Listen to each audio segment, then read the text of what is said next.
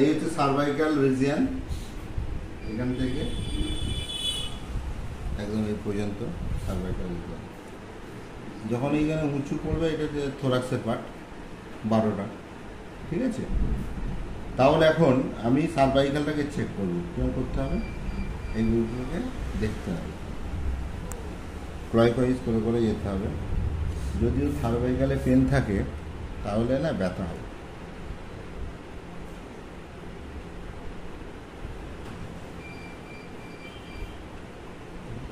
এবার স্ক্যাপুলাটাকে দেখবো,